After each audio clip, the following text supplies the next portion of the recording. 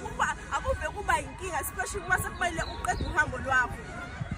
Amen bazalwane. Sithola le ndaba le uMoses. Lalithi iBhayibheli uMose uNkulunkulu wenza imangaliso eziningi. Sithi uma sibala sibuka uNkulunkulu sifikele ukumbonga kodwa kwaba inkinga ngoba le ndawo ayebaholela kuyo akafikanga yena ngenxa yongalaleli.